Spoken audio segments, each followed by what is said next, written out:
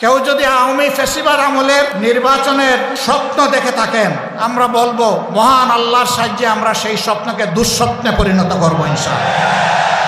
আমার সম্মানিত ভাই এটিএম আজহারুল ইসলাম বলেছেন রাখে আল্লাহ মারেকে, কিন্তু আরেকটা তিনি বলেন নাই ধরে আল্লাহ ছাড়ে খেয়ে। তারা যখন হুঁশ ঠিক থাকে না তখন নিজের লোককেও নিজেরা খুন করতে কুণ্ঠাবোধ করে না। যদি এই 24-এর পরিবর্তন না হতো, তোমরাও কি এইভাবে মুক্ত বাতাসে আল্লাহর দেওয়া আসমানের নিচে চলাফেরা করতে পারতা? এরা রাজনীতির শিষ্টাচার জানতো না ভাই, জানতো না বলেই তাদের অপকর্মের স্বাদ ভোগ করে তারা বিদায় নিল। একই অপকর্ম যদি এখন আর কেউ করে তাহলে তাদের জন্য এর চাইতে ভয়ঙ্কর স্বাদ অপেক্ষা করছে। আর শুধু পাটগ্রাম নয়, সারা বাংলাদেশকে এখন পাটগ্রাম বানিয়ে ফেলছে একদল লোক। এই অবস্থায় সুষ্ঠু নির্বাচনের কল্পনাও করা যায় না। আমরা ওই সংস্কারও আদায় করে ছাড়বো এবং সুষ্ঠু নির্বাচনও আমরা ইনশাআল্লাহ আদায় করে ছাড়বো। উত্তরাঞ্চলের দুঃখ তিস্তা, এই তিস্তা ব্যারেজ এবং তিস্তা স্থায়ী প্রকল্প বাংলাদেশের জনগণের প্রাণের দাবি। আমরা চাই তা অবিলম্বে বাস্তবায়ন হোক। তাই নিয়ে কোনো টালবাহনা দেশের জনগণ মোটেই সহ্য করবে না এবং কোনো দেশের চক্রাঙ্গানিতে যেন আমাদের সরকার আর ভয় না পায়। এদেশের 18 কোটি মানুষ যদি সরকার জনগণের পক্ষে থাকে তাহলে 18 কোটি মানুষ সরকার যেই হোক তার পিছনে দাঁড়িয়ে যাবে ইনশাআল্লাহ। তারা স্লোগান দিচ্ছে আবু সাইদ মুক্ত, শেষ হয়নি যুদ্ধ। রংপুরবাসী আপনারা বড়ই সৌভাগ্যবান, বিশাল আন্দোলনের আইকনিক পার্সন আপনাদের বুকের সন্তান আবু সাইদ, তার গর্বিত পিতা এখানে বসে আছেন। আমরা সেই মদিনার ছায়ার আলোকেই খেলাফত আলা মিনহাজুন নবুওয়া এই বাংলাদেশে আমরা দেখতে চাই। আমরা চাই প্রিয় দেশে সকল শ্রেণী পেশার মানুষ একত্রিত হয়ে আমরা দেশটাকে সামনের দিকে এগিয়ে নেব। আসসালামু আলাইকুম ওয়া রাহমাতুল্লাহ। প্রিয় রংপুরবাসী, আপনারা কেমন আছেন? কি জানি আপনাদের বাসায় কি বলে, কোনটা বাহে নাকি কি আমি বুঝতে পারতেছি না, এরকম কিছু। আলহামদুলিল্লাহ। হ্যাঁ, কেমন আছেন বাহে? আলহামদুলিল্লাহ আলহামদুলিল্লাহ আলহামদুলিল্লাহ রাব্বিল আলামিন ওয়াসসালাতু ওয়াসসালামু আলা রাসূলিহিল কারীম ওয়ালা আলিহি ওয়াসাহবিহি ওয়াহলি বাইতি আজমাইন। বাংলাদেশ জামাতে ইসলামী রংপুর জেলা এবং মহানগরী কর্তৃক আয়োজিত আজকের এই বিশাল জনসভার সম্মানিত সভাপতি, মঞ্চে বসা সহকর্মী, কেন্দ্রীয় নেতৃবৃন্দ, স্থানীয় নেতৃবৃন্দ, বন্ধু সংগঠনের সম্মানিত নেতৃবৃন্দ, শহীদ পরিবারের গর্বিত সদস্যবৃন্দ, বিভিন্ন ধর্মের সম্মানিত ভাইয়েরা, আজকের এই বিশাল জনসমুদ্রে উপস্থিত প্রিয় রংপুরবাসী এবং মিডিয়া জগতের আমার প্রিয় বন্ধুরা, আল্লাহ তাবারক ওয়া তাআলার অগণিত শুকরিয়া। কার্যত দুপুর 2টা থেকেই এই আয়োজন চলছে। প্রখর রোদের মধ্যে চামড়া পুড়িয়ে আপনারা কিন্তু জনসভার স্থল ত্যাগ করেন নাই, আপনারা বসে আছেন। আপনারা বসে আছেন, আমি বিশ্বাস করি আজকে আপনারা এসেছিলেন আমাকে দেখার জন্য নয়, আপনারা এসেছিলেন একজন জীবন্ত শহীদকে দেখার জন্য।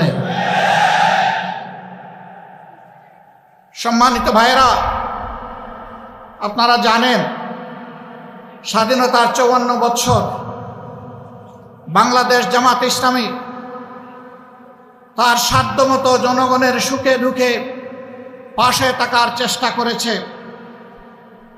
জনগণের প্রত্যেকটি ন্যায় অনুগত দাবি আদায়ের জন্য সমান তালে ঘরে বাইরে লড়াই করেছে। এদেশের জনগণের ভোটের অধিকার নিশ্চিত করার জন্য কারো মাথায় যে প্রস্তাবনা আসে নাই, জামাতে ইসলামীর তৎকালীন আমির জনাব অধ্যাপক গোলাম আজম রাহিমাহুল্লাহ সর্বপ্রথম এই জাতির সামনে কেয়ারটেকার সরকারের প্রস্তাবনা উপস্থাপন করেছিলেন, যার ভিত্তিতে 91 সালে ওই কায়দায় একটা নির্বাচন হয়েছিল। পরপর আরও 2-3টি নির্বাচন হয়েছে। তারপর থেকে সেই কেয়ারটেকার সরকারকে খেয়ে ফেলা হয়েছে। সম্মানিত বন্ধুগণ, 15.5 বছর আমাদের অবস্থা আপনারা জানেন।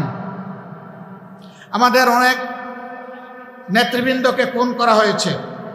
দুইজন আমির, দুইজন নায়েবে আমির, দুইজন অ্যাসিস্ট্যান্ট সেক্রেটারি জেনারেল, একজন নির্বাহী পরিষদ সদস্য, এরকম করে একেবারেই মাথা থেকে শুরু করে 11 জন নেতাকে আমাদের বুক থেকে ছিনিয়ে নেওয়া হয়েছে। আজকে জীবন্ত যে শহীদ আপনাদের সামনে দাঁড়িয়ে তার জীবনকে মহান আল্লাহর জন্যে ওয়াকফ করে দিলেন এবং বাংলাদেশের জনগণের জন্য কাজ করার যে আকাঙ্ক্ষা ব্যক্ত করলেন, আমাদের ওই সমস্ত নেতৃবৃন্দ বেঁচে থাকলেও বাংলার প্রতিটি প্রান্তরে ঘুরে ঘুরে আজকের এই হতাশাগ্রস্ত জাতিকে তারা আশা জাগা নিয়ে কথা বলতেন। তারা জাতিকে নূতন করে পথ দেখাতেন। এই অন্ধকার থেকে বের হয়ে আসার উপায় কি? 15.5 বছর আমাদের সাথে যা করা হয়েছে সব আপনারা জানেন। আমি এই চর্বিত চর্বণে যাচ্ছি না। তারা অনেক মানুষকেই খুন করেছে, আবার আল্লাহর ইচ্ছায় অনেককে তারা খুন করতে পারেনি।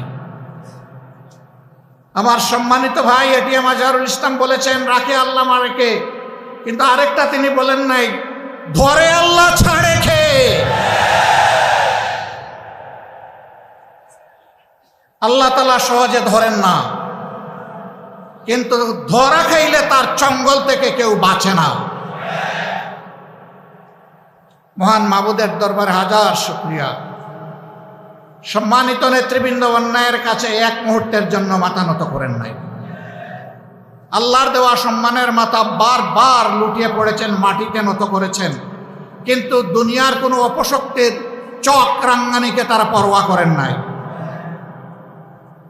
কোনো লোক লালসার দিকে ফিরে তাকাননি, হুমকি দমকিকে পাত্তাই দেননি, বরঞ্চ ফাঁসির মঞ্চে গিয়েছেন হাসতে হাসতে। কারণ তারা জানেন যে অভিযোগ তাদের বিরুদ্ধে করা হয়েছে এটি 16 আনা মিথ্যা। আর জনাব আজহারুল ইসলাম ভাইয়ের মামলা রায়ের মধ্য দিয়ে প্রমাণ হয়েছে এটা আসলেই 16 আনা মিথ্যা। তারা যদি বেঁচে থাকতেন, আমরা আদালতের আশ্রয় নিতাম, আমরা নিশ্চিত একই ন্যায় বিচার, একই রায় আমরা পেতাম। কোনো আফসোস নাই, কোনো আফসোস নাই। আমাদের বাগানের শ্রেষ্ঠ ফুলগুলাকে দিনের জন্য, এই জাতির জন্য আল্লাহ তাআলা কবুল করেছে, আলহামদুলিল্লাহ। শুধু আল্লাহ তাআলার দরবারে আরজ করি, হে আল্লাহ, তোমার এই বান্দাগুলাকে মর্যাদাবান শহীদের কাতারে মিশাইয়া দাও। হযরতে হামজা রাদিয়াল্লাহু তাআলা আনহুর মিছিলের কর্মী হিসেবে কবুল করো। হাসরের দিন হযরতে হামজা রাদিয়াল্লাহু তাআলা আনহু তার নেতৃত্বের মিছিলে তারা যেন সামনের কাতারে থাকতে পারেন। আমার সম্মানিত ভাইরা, তারা জীবন দিয়ে শিখিয়ে গেছেন, দেশকে ভালোবাসলে, মানুষকে ভালোবাসলে, আল্লাহকে ভালোবাসলে আর কাউকে ভয় করতে নাই। সুতরাং জীবন দেওয়ার জন্য প্রস্তুত হও, লড়াই চালিয়ে যাও। মানবতার মুক্তি নিশ্চিত না হওয়া পর্যন্ত তোমাদের লড়াই যেন অব্যাহত থাকে।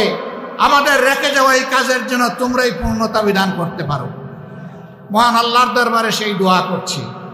আফসোসের বিষয় এই যে আবু সাইদদের শাহাদতের জীবন বাজি রাখা লড়াই এবং জীবন উৎসর্গ করার বিনিময়ে আজকে বাংলাদেশের মানুষ, আমরা যারা মুক্তি পেলাম, তারা কেন ধৈর্য ধরতে পারছি না কেন? চতুর্দিকে পত্রিকার পাতা খুললে,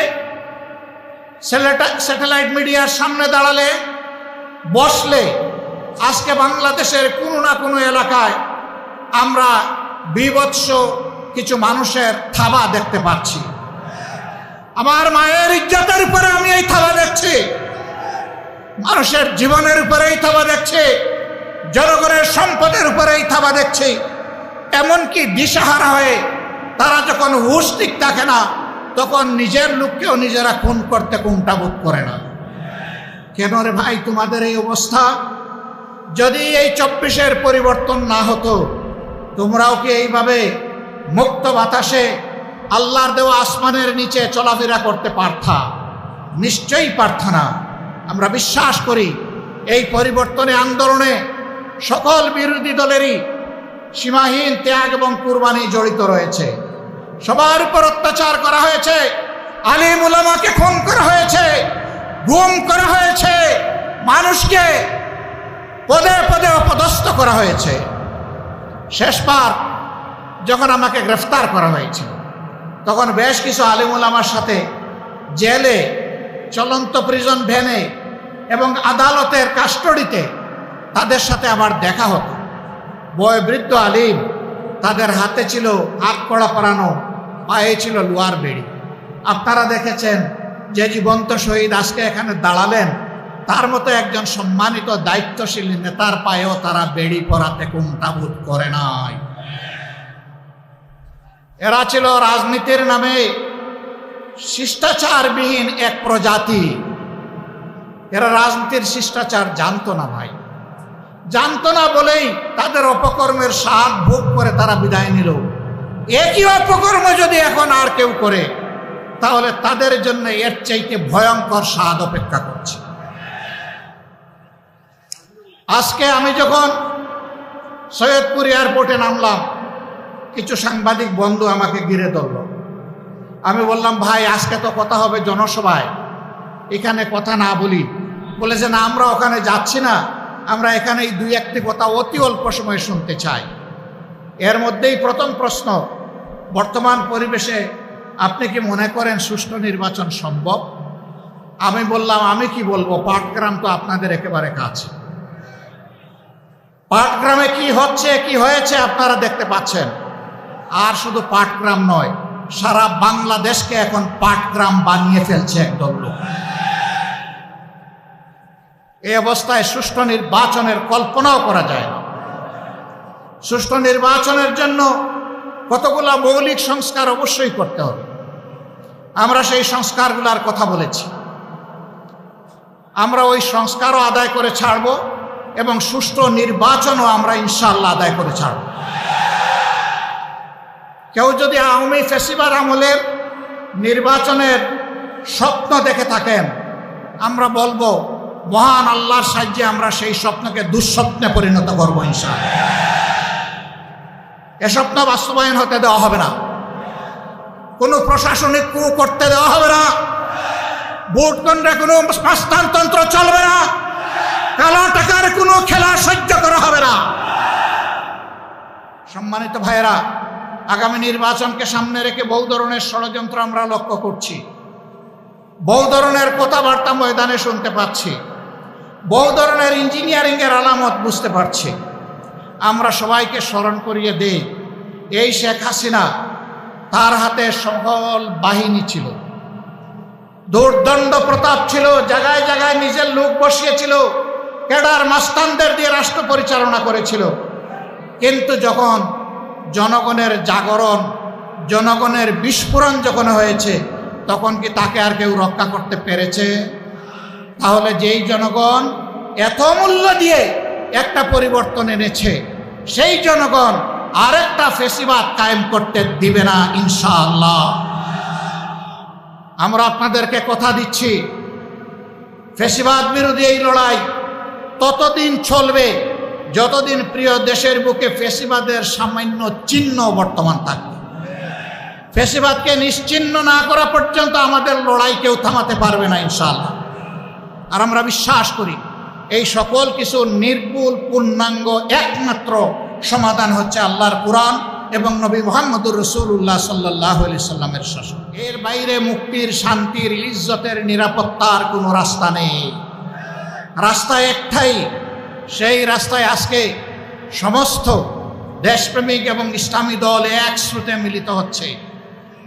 আপনারা দোয়া করুন, এই স্রোতের প্লাবন সমাজের সমস্ত আবর্জনাকে যেন ভাসিয়ে নিয়ে যায়, কিছুই যেন না থাকে।